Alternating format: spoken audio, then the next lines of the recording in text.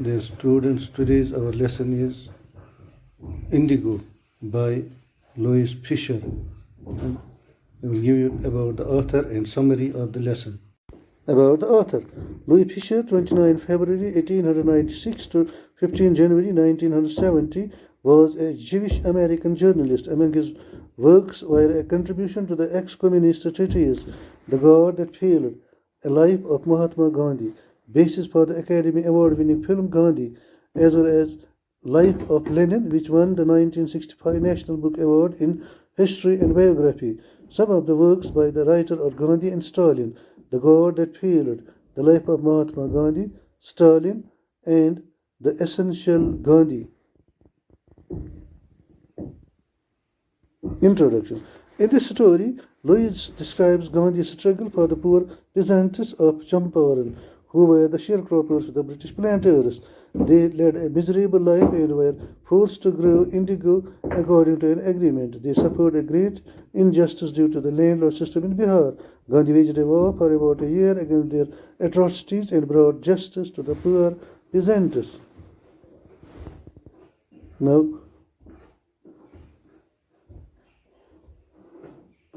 summary of the lesson. Louis Fisher first met Gandhi in 1942 at his ashram in Sevagram. He told him how and why he decided to disobey the British in 1917.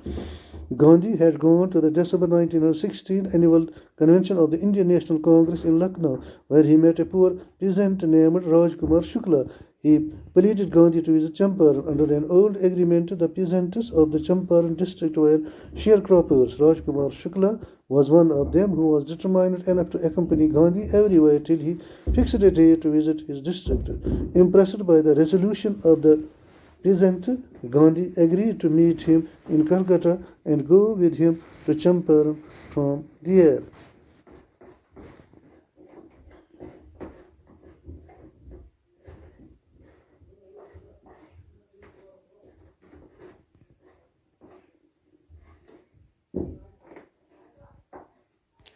After a few months, when Gandhi went to Calcutta, Shukla met him there and took him to Patna with him. There Shukla took him to meet with a lawyer named Rajendra Prasad, who later became the president of the Congress Party and of India.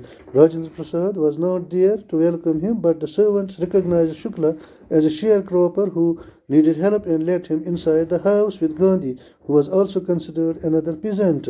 However, Gandhi was not allowed to draw water from the well, as they thought that he was also an untouchable.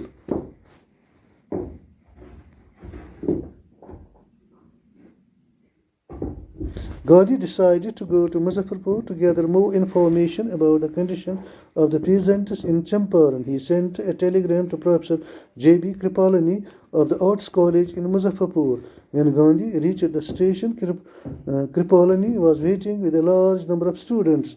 Gandhi stayed with Professor Malkani for 2 days and appreciated him for being courageous enough to harbor a person like him who was fighting for the country's freedom in spite of being a government official. The news of Gandhi's advent and his mission spread rapidly through Muzaffarpur and Champaran. Gandhi came to know that liars were charging a fee from the peasants. Gandhi advised them against taking their cases to the law court, as he felt all that was needed was to make them feel liberated from fear. Most of the arable lands in the Champaran district were divided into estates owned by Englishmen who employed Indian tenants to work for them. The peasants were forced to be a part of a long-term contract to plant 15% of their land with indigo.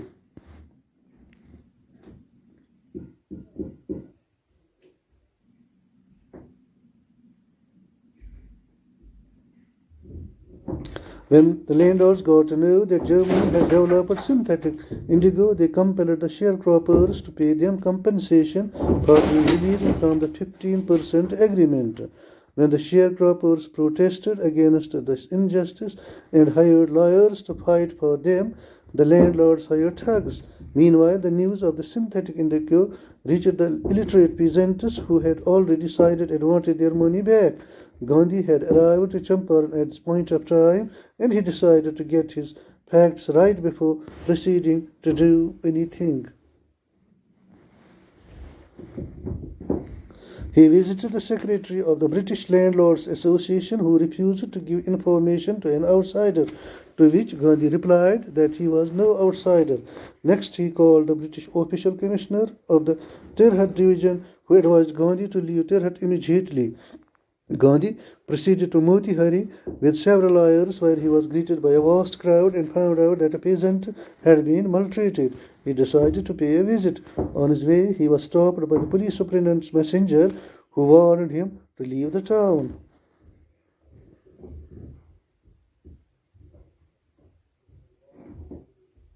The messenger served Gandhi an official notice to quit Champaran immediately. Gandhi signed a receipt for the notice and wrote on it that he would disobey the order. He was summoned to court the next day. That night, Gandhi telegraphed Rajendra Prasad to come from Bihar with influential friends, sent instructions to the ashram and forwarded a full report to the viceroy. In the morning, Motihari was swarming with peasants. They had only heard that some Mahatma who wanted to help them was in trouble with the British authorities.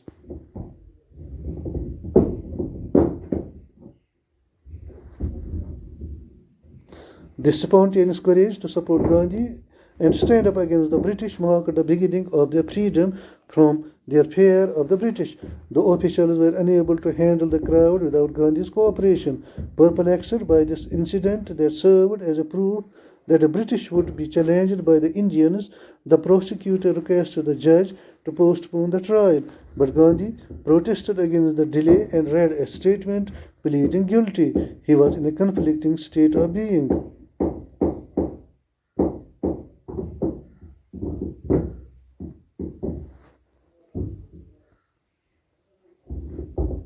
On one hand, he did not want to set a bad example as a lawbreaker, and on the other hand, he had to follow his conscience to stand up for his people. The magistrate asked Gandhi to furnish bail for 120 minutes during the recess, but Gandhi refused. Finally, the judge released him without bail. Rajendra Prasad, Brij Kishore Babu, Maulana Mazhatul Haq, and other prominent lawyers had arrived from Bihar. Gandhi demanded that the lawyers should fight against the injustice if he went to jail.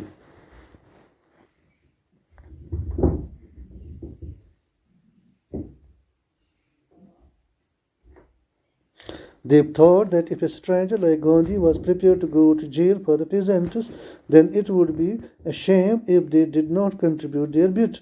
Finally, they assured Gandhi that they were ready to follow him to jail. The unity and courage of the people to stand up against the British made Gandhi exclaim, "The battle of Champaran is won." Several days later, Gandhi learned from the magistrate that the case against him was ordered to be dropped. For the first time, civil disobedience had triumphed in modern India.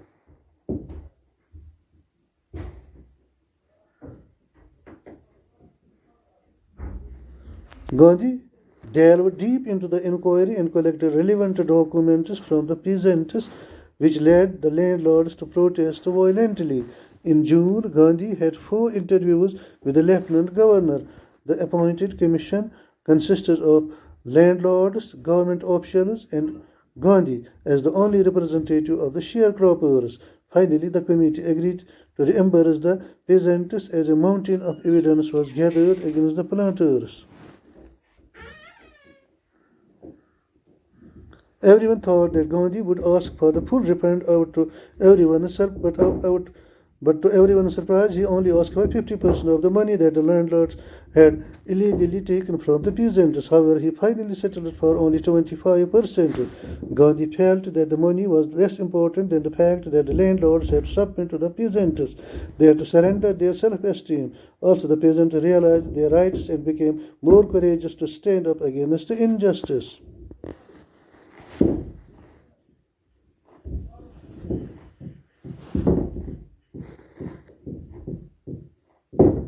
Within a few years, the British planters left their estates As a result of which indigo sharecropping disappeared. Gandhi saw the cultural and social backwardness in Champaran and felt like doing something for its upliftment. He requested 12 teachers to teach the people at Champaran. Two young disciples of Gandhi, Mahadev Desai and Narhari Parikh, and their wives volunteered for the work. Gandhi's youngest son Devdas and his wife also joined in. Kasturbai educated the village about ashram rules and personal cleanliness and community sanitation.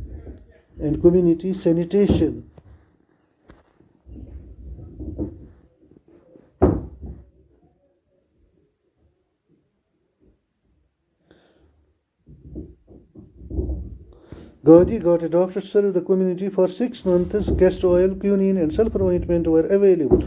Gandhi maintained communication with the ashram and sent regular instructions and asked for financial accounts. The Champaran movement had a deep impact on Gandhi's life as it made it evident that the British could not order Indians in their own country. It was not a political agenda to benign a movement by defying the British. The Champaran movement grew out of an attempt to release the pain of the poor peasants.